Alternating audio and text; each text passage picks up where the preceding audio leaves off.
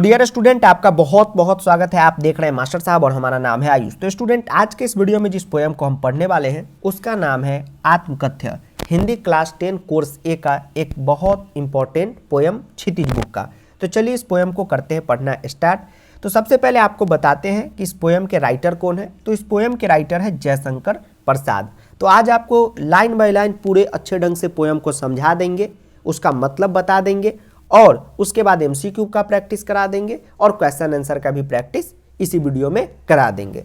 तो अब स्टार्ट करते हैं पोएम को पढ़ना। पोएम को पढ़ने से पहले आपको 1 मिनट में इसकी कहानी बता देते हैं कि इस पोएम में होने क्या वाला है। अगर वो आप जान जाएंगे तो पोएम और अच्छे ढंग से आपको समझ में आएगा। इस पोएम यानी कि कविता के जो राइटर है जयशंकर प्रसाद, जयशंकर प्रसाद के कुछ दोस्तों ने उनको कहा कि आप अपनी आत्मकथा लिखो।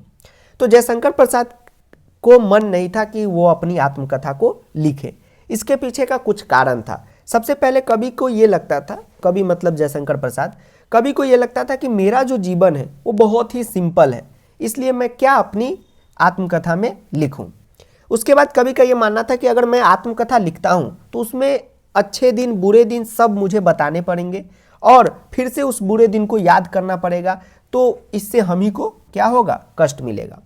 उसके बाद कवि ये भी मानते थे कि अगर मैं अपनी आत्मकथा को लिखता हूँ तो उसमें वैसे लोगों का भी नाम देना होगा जो इन्होंने मेरे साथ बहुत बुरा किया है, तो आज वो भी पढ़ेंगे तो उनको भी दुख होगा। उसके बाद कवि का ये भी मानना था कि मेरा जो जीवन है यानी मेरा जो लाइफ है वो बहुत ही सिंपल है, जैसे सभी लोगों का रहता है, तो इसके बारे में अगर आत्मकथा में लिखता हूँ तो लोग मजाक ही उड़ाएंगे और कोई भी नहीं उस आत्मकथा को पढ़ेगा। उसके बाद आखिरी में उनका एक और मानना था कि दुनिया में जितने भी लोगों के आत्मकथा है उसको बढ़ा चढ़ाकर लिखा गया है और मुझे एक कतई बर्दाश्त नहीं है कि मैं भी बढ़ा चढ़ाकर उसमें कुछ ऐड करके लिखूं। यानी मेरा जो जीवन है वो बहुत ही सिंपल है, छोटा है और इसके बारे में मैं क्या ही आत्मकथा लिखूं।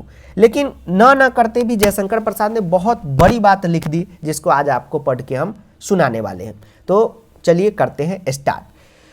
अब और कभी जो है स्टूडेंट इसलिए भी आत्मकथा नहीं लिखना चाहते थे क्योंकि उनका मानना था वही बात कि जितने भी लोगों की आत्मकथा लिखे जाते हैं उसमें बढ़ा चढ़ा कर लिखा जाता है और ये बात सत्य भी है। आज जितने भी सक्सेसफुल कोई भी व्यक्ति है, अगर उसके ऊपर कोई फिल्म बनता है या कुछ भी बनता है तो उसमें आज आप देखेंगे एक लड़की जरूर आ जाती है, जबकि उसके जीवन में थी नहीं थी एडेड रहता है। तो कभी कोई ये भी अच्छा नहीं लगता था ये भी कि बढ़ा चढ़ा कर मेरा कोई कहानी कहे।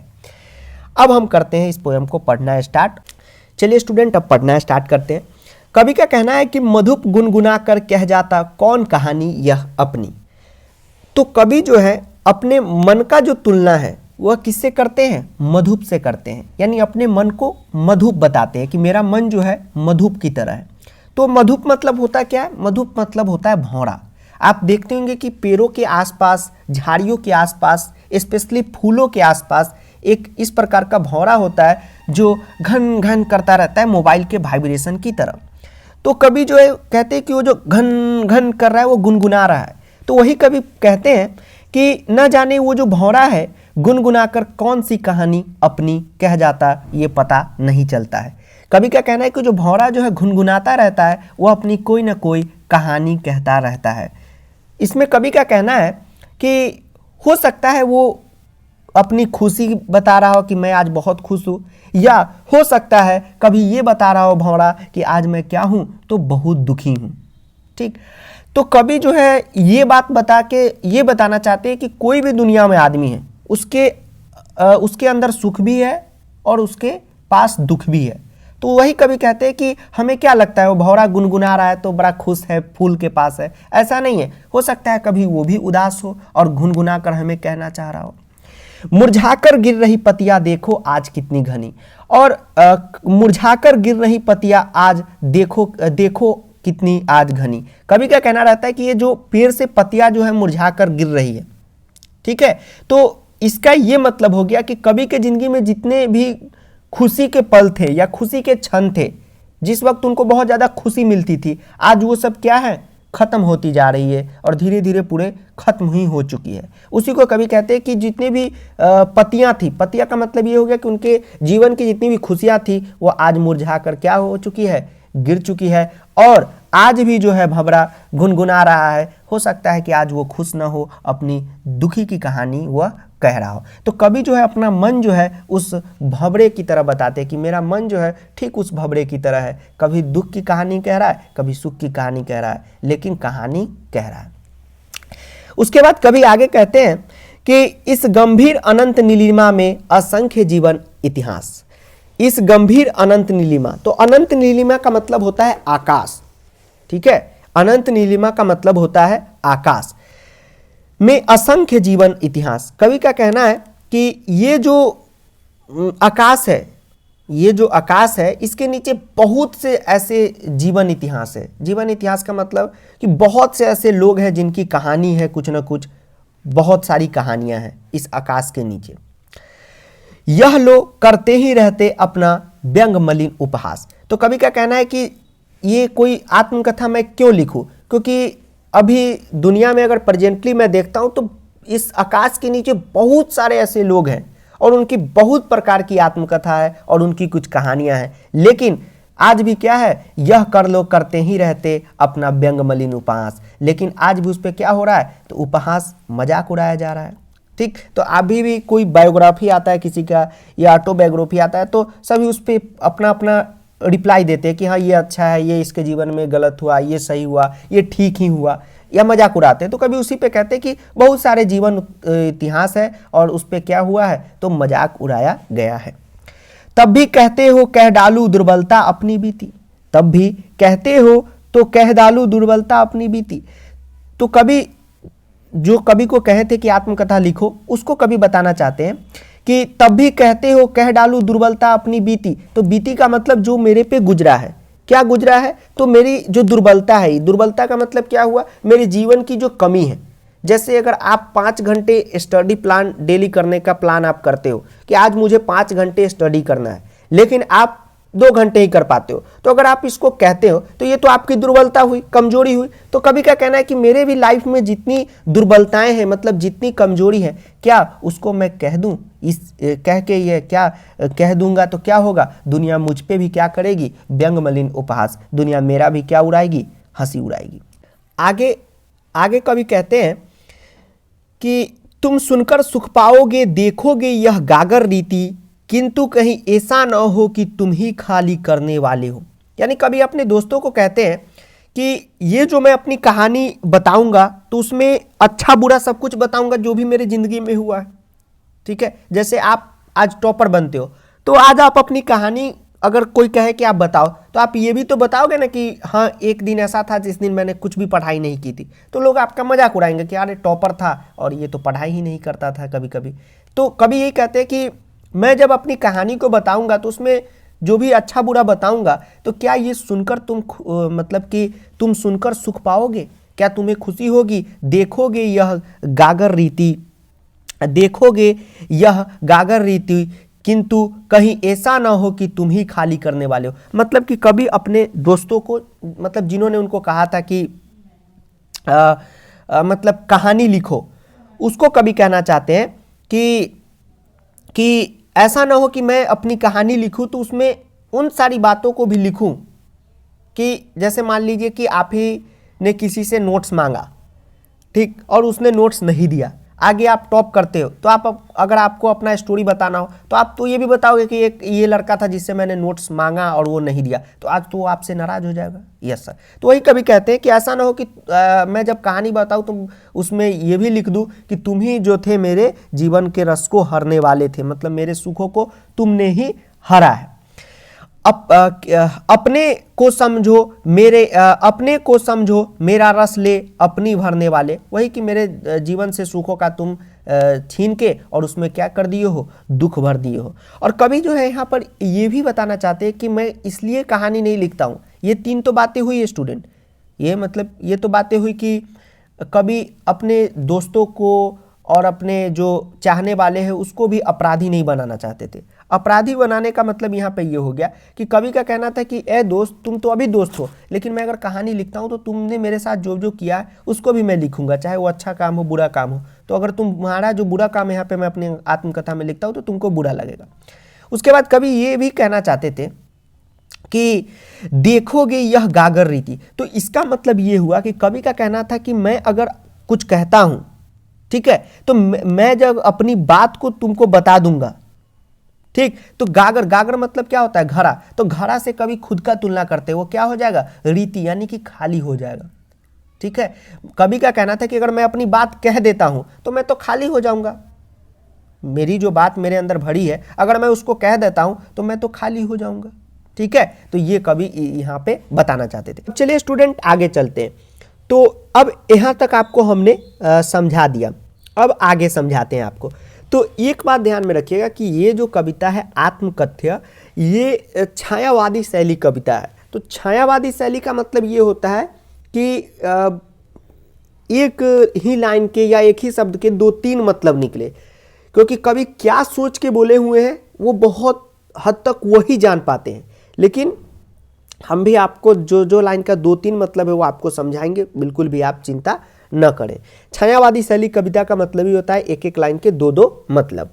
अब आगे कवि कहते हैं कि यह विडंबना अड़ी सरलते तेरी हंसी उड़ाऊं मैं। अब सबसे पहले समझिए कि सरलते का मतलब यहाँ पर क्या है। अगले लाइन से पता चलता है, मतलब आगे पढ़ने पे पता चलता है कि सरलते का मतलब जो है यहाँ पे ये है कि सरलते से कभी कोई लड़की या कोई छोटा बच्चा के बारे में कवि बताते हैं, ठीक। कवि कहते हैं कि उस लड़की या उस छोटे बच्चे की हंसी कैसे उड़ाऊं मैं, ठीक है। तो हंसी उड़ाने का मतलब ये हो गया कि कभी जब अपना आत्मकथा लिखेंगे तो उनके जीवन में अगर कोई लड़की हो या कोई छोटा बच्चा हो तो उसके बारे में भी लिखना होगा, तो उसके अच्छे बुरे हर के बारे में लिखना होगा। Yes sir. तो वही कवि कहते हैं कि उसकी हंसी कैसे उड़ाऊं मैं। अब आपके मन में जरूर क्वेश्चन उठ रहा होगा कि सर कवि के जीवन में आपने बताया कि कोई लड़की है या कोई छोटा बच्चा है, तो सर उसने क्या कर दिया कि कवि कह रहे हैं कि तेरी हंसी कैसे उड़ाऊं मैं। तो आपको जब पूरा यहां तक पढ़ने पर पता चलता है, तो एक बार पूरा ऊपर से लेके नीचे तक पढ़ते हैं और फिर उसका मतलब आपको बताते हैं, क्योंकि पूरा लाइन जो है एक दूसरे से कनेक्ट है। कवि कहते हैं कि भूले अपनी या प्रवाचना औरों की दिखलाऊं मैं, उज्जवल गाथा कैसे गाऊं मधुर चांदनी रातों की, अरे खिल खिलाकर हंसते होने वाले उन बातों की, मिला कहाँ वह सुख जिसका मैं स्वप्न देख कर जाग गया, आलिंगन में आते आते मुस्कुराकर जो भाग गया। अब बहुत डिटेल में बहुत गहरी बात जयशंकर प्रसाद ने कही, बड़े शांति से समझिएगा। उनका कहना है कि जो मेरे मतलब कि अड़ी सरलते, तो सरलते का मतलब अभी आपको बताया कोई लड़की या कोई छोटा बच्चा, उसका मैं मजाक कैसे उड़ाऊं, भूले अपनी या प्रवाचना औरों की दिखलाऊं मैं। यानी इस लाइन से कवि का ये मतलब है कि मेरे जीवन में जो है, मेरा जीवन कोई अच्छा नहीं था, हमेशा मेरे जीवन में सुख नहीं था, बहुत सारी चीजों का अभाव था। तो अभाव के बारे में कवि यहाँ पे चर्चा करते हैं कि मेरे जीवन में कमी थी, अभाव था, परेशानी था। तो जयशंकर प्रसाद कोई निर्धन व्यक्ति तो थे नहीं, तो परेशानी का मतलब यह है कि वो कुछ और ही परेशानी की बात कर रहे हैं। अब क्या बात कर रहे हैं वो अगले लाइन में उन्होंने बताया है। उन्होंने कहा है कि उज्जवल गाथा कैसे गाऊं, मतलब कि उस कहानी को कैसे बताऊं। किस कहानी को? तो मधुर चांदनी रातों की कहानी को मैं कैसे बताऊं। अब रातों की कहानी क्या है, ठीक है, वो कभी इसके बाद वाला जो ये लाइन है वो वहां बताते हैं। तो ये एक के बाद एक लाइन जो है आपस में इंटर रिलेटेड है, तो शांति से समझिए, फिर सबको एक जगह करके बताएंगे।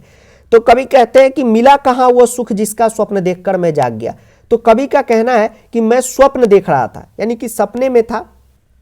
एक वो ये बताना चाहते हैं कि मेरे सपने में क्या था, तो वही लड़की थी या कोई छोटा सा बच्चा था, कोई यहाँ पे क्लियर नहीं है, कुछ भी हो सकता है। कोई लड़की थी, छोटा सा बच्चा था जो खिलखिला कर हंस रहा था और मुझसे क्या कर रहा था, बातें कर रहा था।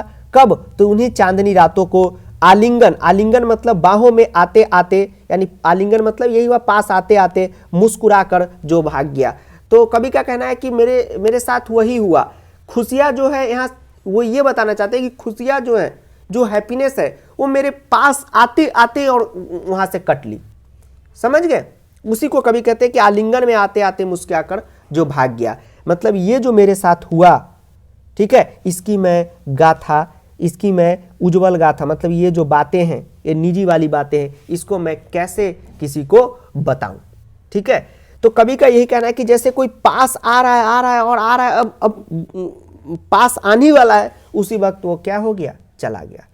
ठीक, तो इसके दो तीन मतलब है। कवि का ये भी मतलब हो सकता है कि कोई छोटा सा बच्चा है जिससे कवि बहुत प्यार करते हो, जो कवि के पास आना चाहता हो, लेकिन आते आते आते आते वो जो खुशी है वो छिन गया, या कोई लड़की हो, तो ये कोई यहाँ पर क्लियर नहीं है। या कभी इससे ये भी बताना चाहते हो कि मेरे ज़िंदगी में जितने भी खुशी थे, वो बहुत ऐसी खुशियाँ थी जो मेरे पास आते आते हमसे निकल ली। तो पास आते आते निकलने का मतलब ये हुआ कि मान लीजिए जैसे आपने या किसी ने नीट का एग्ज़ाम दिया, जेई का एग्ज़ाम दिया, और उसका कटअप, जस्ट इमेजिन, एक एग्जाम्पल हम दे रहे हैं कि आप छोड़े कोई भी एग्ज़ाम आपने दिया और उसका कटअप है 98 कि 98 मार्क्स जो भी लाया वो इसमें पास, और आपका 97 आया, तो आप क्या कहेंगे कि ये खुशियाँ मेरे पास आते आते कट ली। ठीक, ये बातें हुई। अब आगे कहते हैं कवि जो है स्टूडेंट, हम आगे बढ़ते हैं। आगे जो है अब स्टूडेंट ये 3 लाइनों में अपनी पत्नी के बारे में कवि कहते हैं। कवि कहते हैं कि जिसके अरुण कपोलों की मतवाली सुंदर छाया में अनुरागनी उषा लेती थी निज सुहाग मधुमाया में। तो अरुण कपोलों का मतलब ये हो गया, अरुण का मतलब हो गया लाल और कपोलों का मतलब हो गया गाल। अनुरागनी का मतलब होता है प्रेम भरी भोर, यानी कि सुबह का जो समय रहता है। तो कवि का कहना है कि मेरी जो पत्नी थी उसके जो गाल थे वो बहुत ही ज़्यादा लाल थे, और ऐसा लगता था कि जो सूर्य, आप देखेंगे जब सूर्य अक्सर डूबता है या उगता है तो कभी कभी आप देखेंगे आसमान में पूरा लाल लाल हो जाता है। यस सर, तो कभी वही कहते हैं कि ये जो लालिमा है ये सूर्य की अपनी नहीं है, ऐसा लगता है कि मेरे पत्नी के गाल से ही चुराया गया लालिमा है जो सूर्य अपने में लगा लिया है। उसके बाद अपनी पत्नी के यादों में कभी आगे कहते हैं कि उसकी स्मृति पाथ्य बनी है थके पथिक की पंथा की। उसकी स्मृति पाथ्य बनी है थके पथिक की पंथा की। कवि का कहना है, सुनिए ध्यान से, पाथ्य का मतलब होता है पोटली, ठीक है, और पथिक का मतलब हो गया रास्ता पे चलने वाला, और पंथा मतलब हो गया रास्ता। तो कवि कहते हैं कि मेरा और मेरी जो मतलब कि पत्नी का जो साथ है वो बहुत कम दिनों का है, और बहुत कम दिनों का था, और उसका जो कम दिन था बस उसी का स्मृति यानी कि याद मेरे पास बचा हुआ है। तो आप कहेंगे सर वो पाथे यानी कि पोटली से क्यों उस यादों को तुलना करते हैं? तो इसलिए करते हैं कि जैसे मान लीजिए कि एक मजदूर है, तो आप भी देखते होंगे गांव से मजदूर प्रतिदिन शहरों में साइकिल से आते हैं काम करने, तो वो अपने साइकिल में एक पोटली बांधे रहते हैं जिसमें एक खाना रहता है, और खाना से उनका रिलेशन कब तक का रहता है, दिन के 1 बजे वो खाना खाते फिर पोटली वहीं बांध देते हैं। ठीक, तो कभी वही कहते हैं कि जिस तरीके से उस मजदूर का और पोटली का क्षण भर का रिश्ता था, मेरी और मेरी पत्नी की भी जो साथ है वो क्षण भर का ही था, और उसकी जो वही यादें हैं उसी को मैं लेकर क्या कर रहा हूँ, जी रहा हूँ या आगे बढ़ रहा हूँ। उसके बाद तीसरे लाइन में कभी अपने बारे में बताते हैं कि सीवन को उधेर कर देखोगे क्यों मेरी कंथा की। सीवन को उधेर कर देखोगे क्यों मेरी कंथा की। तो कभी ये बताना चाहते हैं कि मेरा लाइफ जो है ऊपर से बहुत ज़्यादा अच्छा आप लोगों को दिख रहा है, लेकिन अंदर में बहुत ज़्यादा परेशानी है, बहुत ज़्यादा कष्ट है, दुख है, बहुत सारी बुरी यादें भी मेरे साथ जुड़ी हुई है। तो कभी का कंथा से तुलना, सीवन को उधेर कर देखोगे क्यों मेरी कंथा की, तो कंथा से ये बताना चाहते हैं कभी कि आप देखेंगे कि घरों में आपके पास बिछावन है, यस सर है, तो आप चादर के नीचे यानी बेडशीट के नीचे एक आप क्या रखते हैं जिसको बोलचाल की भाषा में तोशक कहा जाता है, या क्या कहते हैं, मैट्रेस, यस सर। तो आप देखेंगे कि आज वो मार्केट में रुई के आते हैं, लेकिन पहले गांव में क्या होता था कि फटे पुराने कपड़ों का वो बना के और उस पर एक सुंदर सा कपड़ा चपका दिया जाता था, और ऐसा लगता था कि अरे ये सुंदर है, लेकिन अगर आप उसको खोलते हैं, उधेर के देखते हैं, आप उसको फाड़ के देखते हो तो अंदर में क्या निकलेगा, फटा पुराना कपड़ा। तो कभी वही कहते हैं कि मेरा भी जीवन ठीक उसी तरह है, ये ऊपर से ठीक लग रहा है तुम्हें, लेकिन इसको अगर अंदर तक देखोगे तो ये बहुत ही उजरा जीवन है। ठीक है, छोटे से जीवन की कैसी बड़ी कथाएं आज कहूँ, यानी कवि का कहना है कि ये मेरा जो जीवन है ये छोटा सा है, ये मेरा जो जीवन है बहुत छोटा सा, भोला सा और सिंपल सा जीवन है, इसकी बड़ी कथा कुछ भी नहीं है, तो आज मैं क्या कहूँ, क्या यह अच्छा नहीं है कि औरों की सुनता मैं मौन रहूं। तो कवि का कहना था कि अभी मेरे से पहले बहुत लोगों ने अपना आत्मकथा लिख दिया और बहुत सारे बातें उन्होंने लिखी है, तो उसी को मैं भी सुनूंगा, अपनी कथा मैं नहीं कहूँगा। सुनकर क्या तुम भला करोगे मेरी भोली आत्मकथा। सुनकर क्या तुम भला करोगे, भला का मतलब ये नहीं हो क्या, भला मतलब ये हुआ कि किसी का उपकार करना। कवि क्या कहना था सभी को कि क्या तुम सुनोगे मेरी भोली आत्मकथा। मेरी जो आत्म मतलब मेरी जो जीवन है, मेरा जो जीवन है वो बहुत ही ज़्यादा भोला है, बहुत ही ज़्यादा सिंपल है, उसमें कोई भी ऐसा नहीं है इंटरेस्टिंग चीज़ जो इसको सुनने में तुम्हें अच्छा लगेगा। तो जयशंकर प्रसाद का ये मानना था स्टूडेंट कि अगर मैं अपनी कथा कहता हूँ तो तुम लोगों को इंटरेस्ट नहीं आएगा, क्योंकि मेरा जो कथा है वो जैसे सामान्य एक जनरल आदमी का जो लाइफ है ठीक उसी तरीके का लाइफ है। अगर मैं वही बातें कहता हूं तो तुमको उतना इंटरेस्ट नहीं आएगा। और इनका जयशंकर प्रसाद का मानना था कि दुनिया में जितने भी लोगों के आत्मकथा बने कहीं कहीं ना कहीं उसमें बढ़ा चढ़ाकर कहा जाता है। और आप देखते भी कोई भी अगर अपना सक्सेस स्टोरी बताता है तो कुछ ना कुछ उसमें बढ़ा चढ़ाकर कहता है। ठीक, आज आप देखते हैं कि कोई भी अगर सक्सेसफुल व्यक्ति पे कोई फिल्म बन रहा है तो उसमें एक उसकी गर्लफ्रेंड आ जाती है। अब गर्लफ्रेंड थी नहीं थी पता नहीं कहाँ से आ जाती है, तो ये बढ़ा चढ़ाकर ही कहना हुआ। ठीक है, तो कवि का ये मानना था कि जब तक आत्मकथा में कुछ इंटरेस्टिंग, कुछ बढ़ा चढ़ाकर अगर नहीं कहा जाए तो सुनने में मज़ा नहीं आता है। ठीक, अगर तुम्हारी जो जीवन की कथा है वही मेरी जीवन की कथा है और वही मैं सुनाऊंगा तो तुमको मज़ा ही नहीं आएगा, तो सुनाकर क्या फ़ायदा। और कभी बढ़ा चढ़ाकर कुछ कहना नहीं चाहते थे। अब आगे कवि कहते हैं कि अभी समय भी नहीं थकी सोई है मेरी मौन व्यथा। यानी कवि का कहना है कि यहाँ पर कवि ये बताना चाहते हैं कि मेरी जो व्यथा है यानी कि मेरी जो परेशानी है वो क्या है, तो वो सो चुकी है। ठीक उसी तरह जैसे एक बच्चा सो जाता है। ठीक, तो आप देखते हैं कि एक बच्चा होता है जो सो जाता है तो जितने भी माएँ होती है वो काम बड़े सावधानी से करती है, थोड़ी आवाज़ नहीं करती है कि बच्चा कहीं जाग ना जाए। तो कभी वही कहते हैं कि अभी समय भी नहीं है, क्योंकि वो जो मेरी बच्चा मतलब कि मेरा जो व्यथा है वो क्या है, तो वो एक छोटे से बच्चे की तरह सो चुका है और मैं उसको जगाना नहीं चाहता हूँ। तो ये हो गया कि मैं अगर आत्मकथा लिखने जाऊँगा तो फिर उन बुरी यादों को भी लिखना होगा, तो फिर मैं परेशान ही हूँगा। तो ये बच्चा जाग जाएगा, तो बच्चा जाग जाता है तो अच्छा लगता है नो सर, और सूता रहता है तो कितना अच्छा लगता है यह सर। तो वही बात कवि यहाँ पर कहना चाहते थे। अब देखिए यहाँ पर ये छायावादी शैली है, तो छायावादी शैली में बहुत तरीके के मतलब निकलते हैं। जैसे यहाँ पर अड़ी सरलते तेरी हंसी उड़ाऊं मैं, तो कभी हो सकता है, लेकिन अगला लाइन से ही पता चलता है कि कोई छोटा बच्चा या लड़की के बारे में करो, लेकिन ये भी मतलब निकल सकता है कि कभी अपनी सिंप्लिसिटी की जो बखान है उसका मजाक नहीं उड़ाना चाहते थे लोग, उस पर हंसे कि अरे ये इतना सिंपल है। ठीक, तो इस प्रकार की कविता वो जो है आपको पढ़ने में काफ़ी अच्छा लगा होगा। और कोशिश करें कि ये नहीं कि आप इस कविताओं को पढ़ें, साथ साथ में आप भी हो सके तो अपनी कुछ आत्मकथा लिखें इसी भाषा में कि आप कहना कुछ और चाह रहे हो, कुछ भी आपके ज़िंदगी में हो सके तो 1 मिनट का टाइम निकाल के कमेंट बॉक्स में लिख दें आप अपनी आत्मकथा।